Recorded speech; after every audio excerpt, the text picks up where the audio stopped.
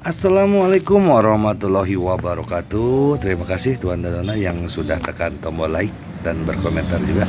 Oke, kita lanjutkan saja ceritanya sambil bawa jalan-jalan. Si bocil mau jalan-jalan katanya. Yuk guys.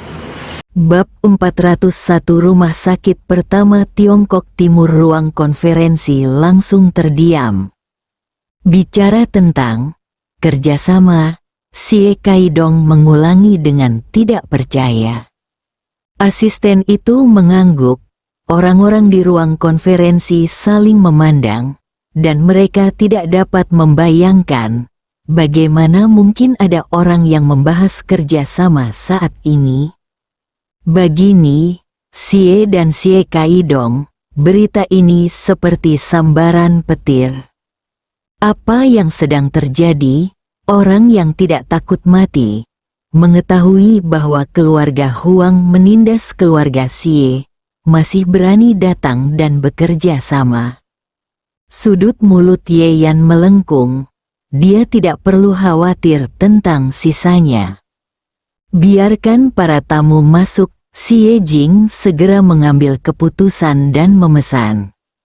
Sekarang, dia berada di jalan buntu, jadi tidak peduli apa yang dilakukan orang yang datang, dia harus memanfaatkan kesempatan ini untuk mencobanya. Setelah terkejut sebentar, Xie Kaidong sepertinya memikirkan sesuatu dan mencibir lagi. Xie Jing, sepertinya kamu telah bekerja keras untuk mempertahankan posisimu. Xie Jing menatapnya dengan dingin. Apa yang kamu bicarakan? Berhentilah berpura-pura. Pertama, kamu harus bernyanyi bersama Ye Yan, lalu mencari seseorang untuk berperan bersamamu. Sebuah drama yang akan membalikkan keadaan di saat kritis. Bagaimana kamu bisa menyembunyikan rencana kecil ini dari siapapun? Kata Xie Kaidong. Beberapa kerabat keluarga Xie menunjukkan ekspresi kesadaran. Bahkan Nyonya Xie menyipitkan matanya, jelas berpikir bahwa apa yang dikatakannya masuk akal. Lagi pula, di mata orang-orang ini, tidak peduli apa yang dilakukan Xie Jing, mustahil baginya untuk menerobos larangan keluarga Huang dan menemukan seseorang untuk bekerja sama dengannya. Ye Yan di sebelahnya hampir memberi tepuk tangan pada Xie Kaidong.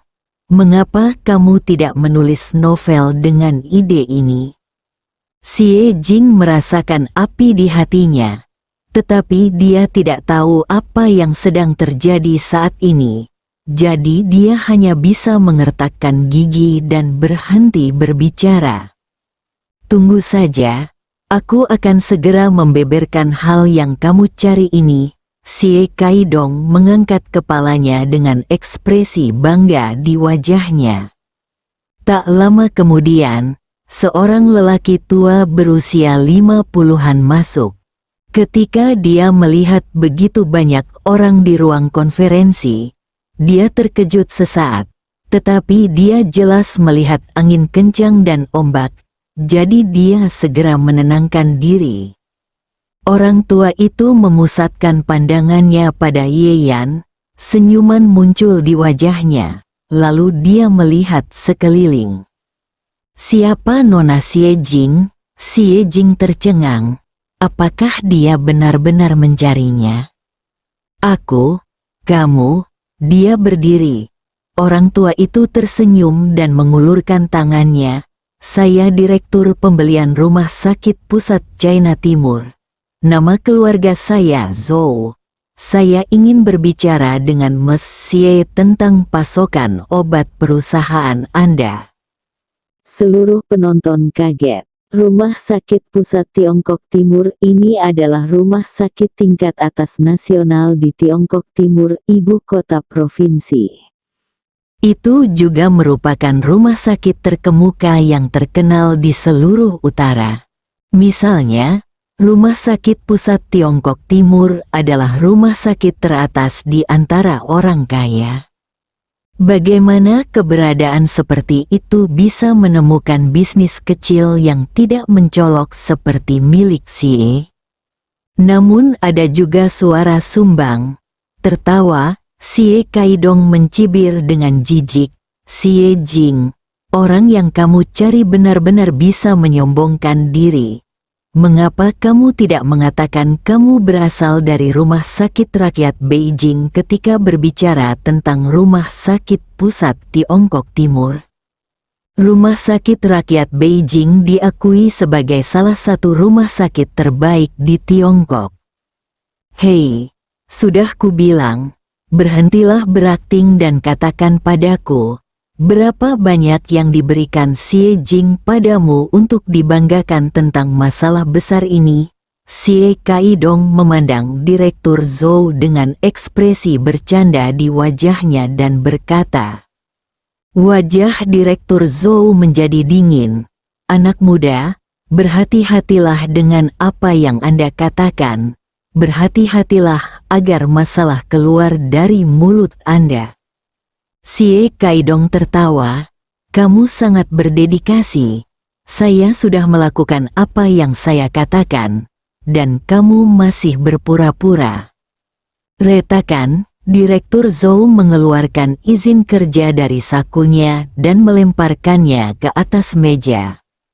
Buka mata anjingmu dan perhatikan baik-baik. Xie Kaidong mengambilnya dan menemukan sertifikat indah dengan nama, gelar, dan foto Direktur Zhou di atasnya.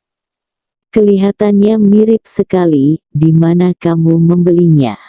Dia sudah memastikan bahwa Direktur Zhou dan Xie Jing sedang berakting, jadi dia tidak mempercayainya sama sekali. Namun Nyonya Xie yang berada di samping terlihat kaget saat melihat sertifikat tersebut.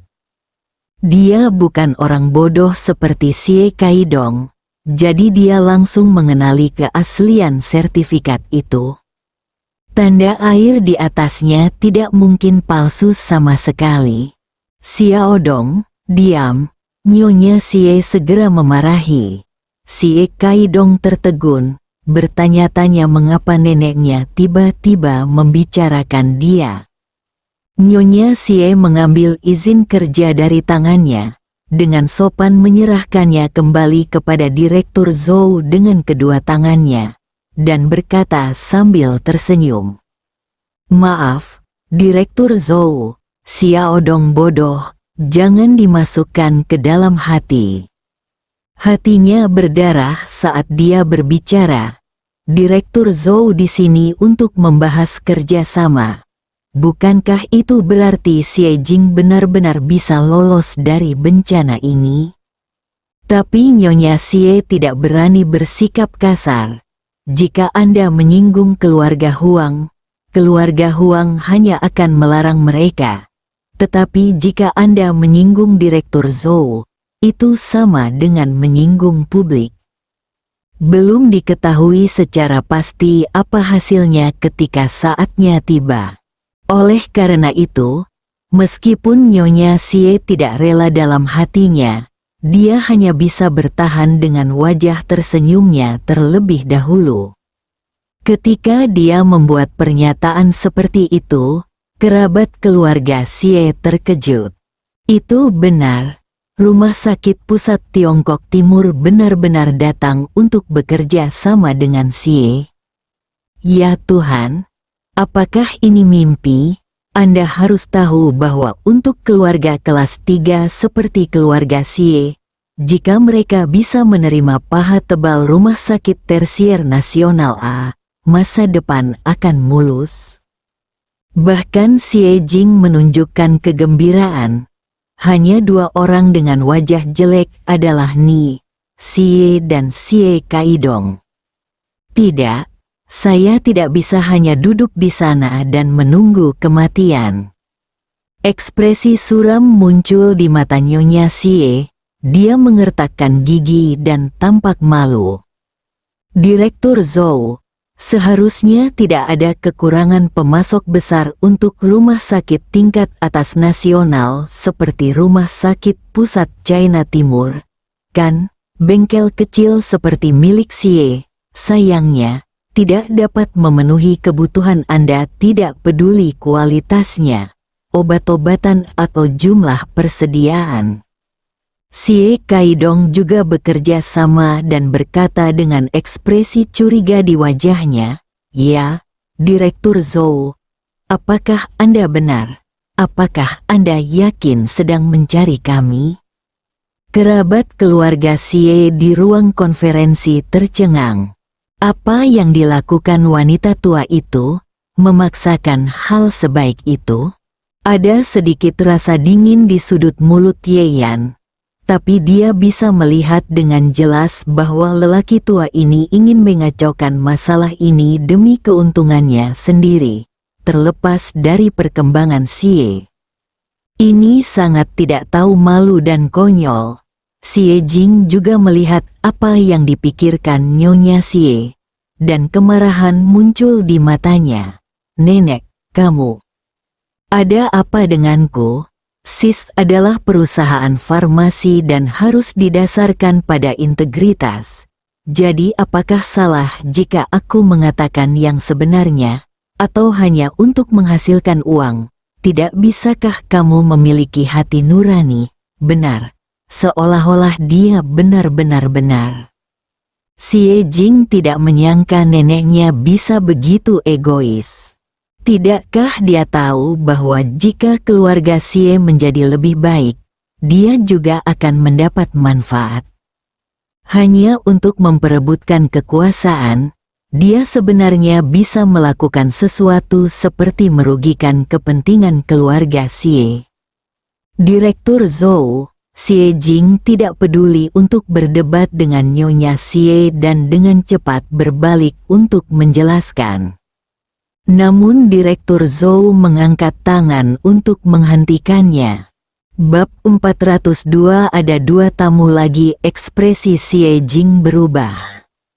Nyonya Xie dan Xie Kaidong tersenyum sukses di bibir mereka. Tampaknya Direktur Zhou berubah pikiran karena perkataan mereka, dan dia bahkan tidak ingin memberi Xie Jing kesempatan untuk menjelaskan. Kerabat keluarga Xie memiliki ekspresi yang berbeda-beda, meskipun Yue, wanita tua Xie yang difoto, tidak berani berkata apa-apa. Beberapa dari mereka sudah menunjukkan ekspresi tidak puas. Hanya Ye Yan yang tampak seperti sedang menonton pertunjukan. Di mata semua orang, Direktur Zhou memandang Nyonya Xie. "Posisi apa yang kamu pegang di keluarga Xie?" Dia selalu memiliki sikap yang baik terhadap Xie Jing. Tapi sekarang nadanya sangat acuh tak acuh terhadap Nyonya Xie. Kebanggaan di sudut mulut Nyonya Xie tiba-tiba membeku.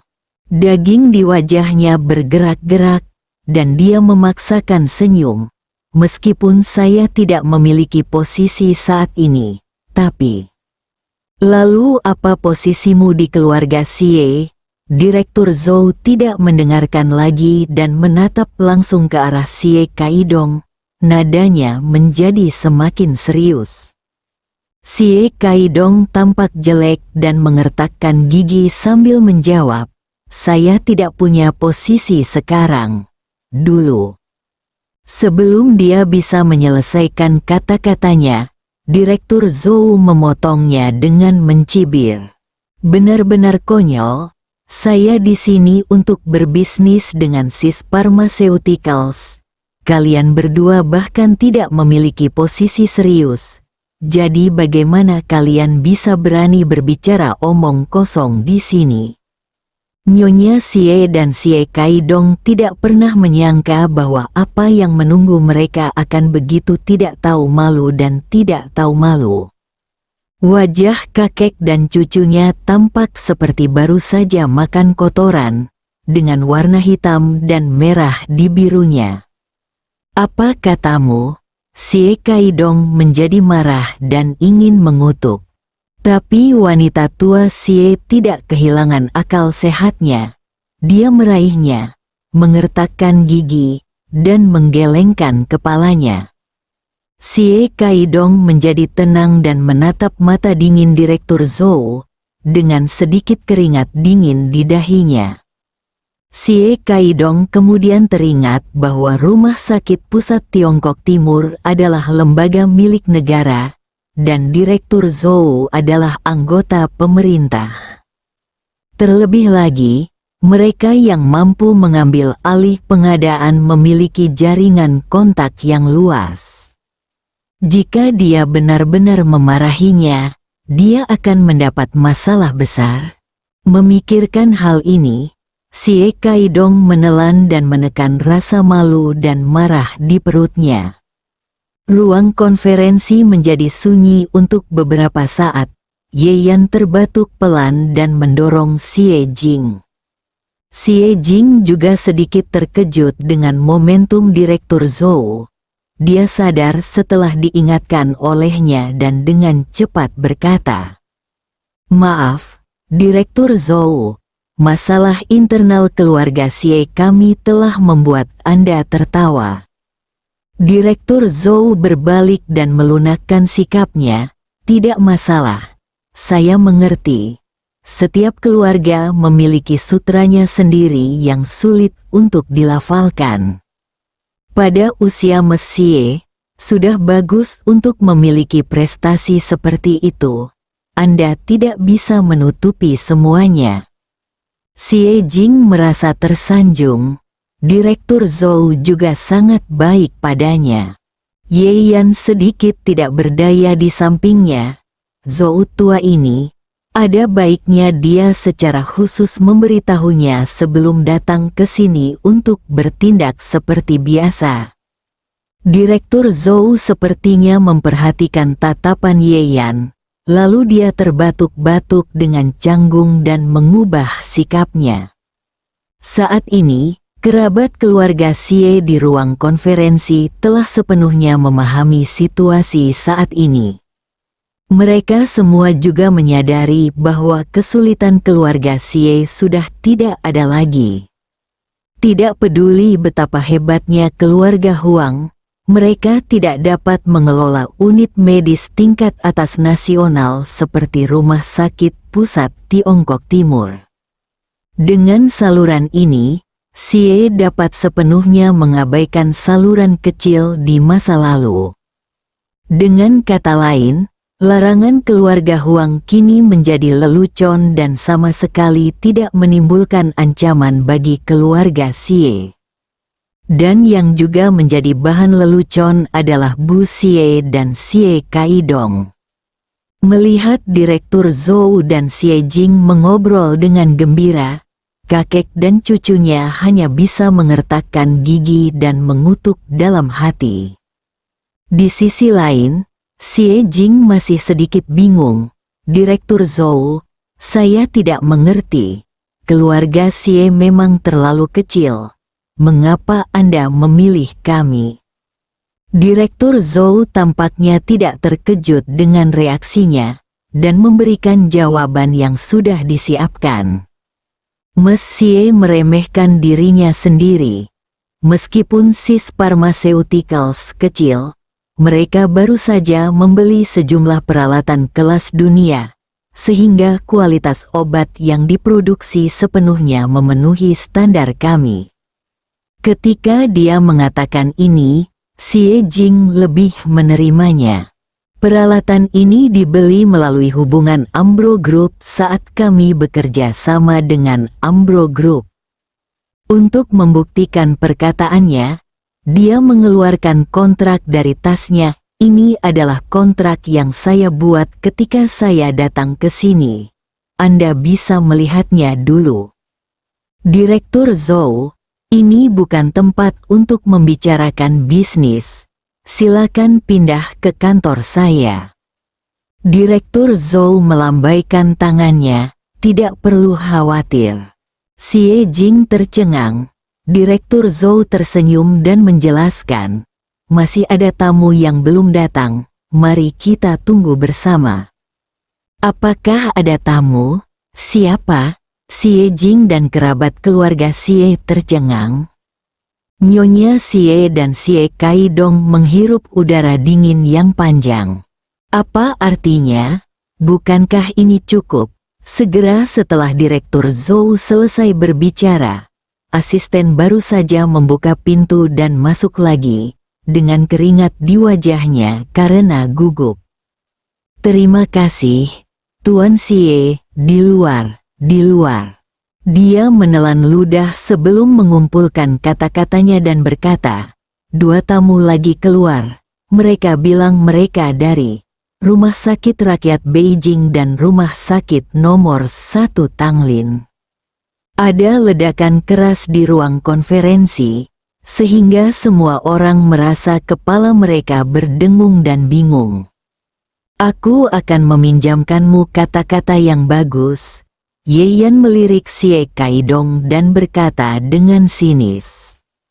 Xie Kaidong sedang tidak enak badan, dia hanya ingin mengejek Xie Jing, tapi bagaimana dia bisa berharap Rumah Sakit Rakyat Beijing benar-benar datang? Tentu saja, Rumah Sakit pertama Tanglin adalah institusi medis yang sebanding dengan 2 rumah sakit lainnya. Obat Xie tidak dapat masuk. Hari ini, dapat dianggap bahwa dia akhirnya mendapatkan apa yang diinginkannya. Orang-orang dari kedua rumah sakit semuanya adalah orang-orang lanjut usia berusia 50-an. Ketika mereka memasuki ruang konferensi, mereka pertama-tama menyapa Direktur Zhou, kemudian memandang Ye Yan dengan pemahaman diam-diam, dan kemudian membuang muka sambil tersenyum dalam pemahaman diam-diam. Ye Yan tidak berdaya, lakukan saja sesukamu, mengapa kamu peduli padaku? Xie Jing hampir pingsan karena keterkejutannya. Untungnya, dia telah berada di posisi tinggi selama bertahun-tahun. Jadi dia dengan cepat menyesuaikan diri dan memimpin ketiga tamu kelas berat itu ke kantor. Kerabat keluarga Xie di ruang konferensi saling memandang, masih tenggelam dalam keterkejutan dan tidak dapat pulih. Nyonya Xie dan Xie Kaidong duduk tak berdaya di kursi mereka dengan wajah pucat. Bagaimana ini bisa terjadi? Bagaimana ini bisa terjadi? Xie Kaidong tidak dapat menerima kenyataan bahwa mimpinya hancur. Saat Ye Yan berdiri, dia berkata dengan nada tenang, "Dengar, sudah kubilang sebelum hari ini berakhir, keajaiban mungkin terjadi. Apakah ini tidak akan terjadi?" Xie Laotian tiba-tiba mengangkat kepalanya dan menatapnya. Mungkinkah? Tidak. Tidak mungkin. Ye Yan hanyalah menantu dari rumah ke rumah. Bagaimanapun juga, dia tidak bisa mempunyai energi sebesar itu. Jadi apa yang terjadi dengan orang-orang ini? Nyonya Xie sama sekali tidak percaya pada keajaiban omong kosong apapun. Dia merasa pasti ada sesuatu yang dia abaikan. Kalau aku jadi kamu, aku tidak punya waktu untuk memikirkan alasannya. Suara dingin Ye Yan terdengar. Bersambung.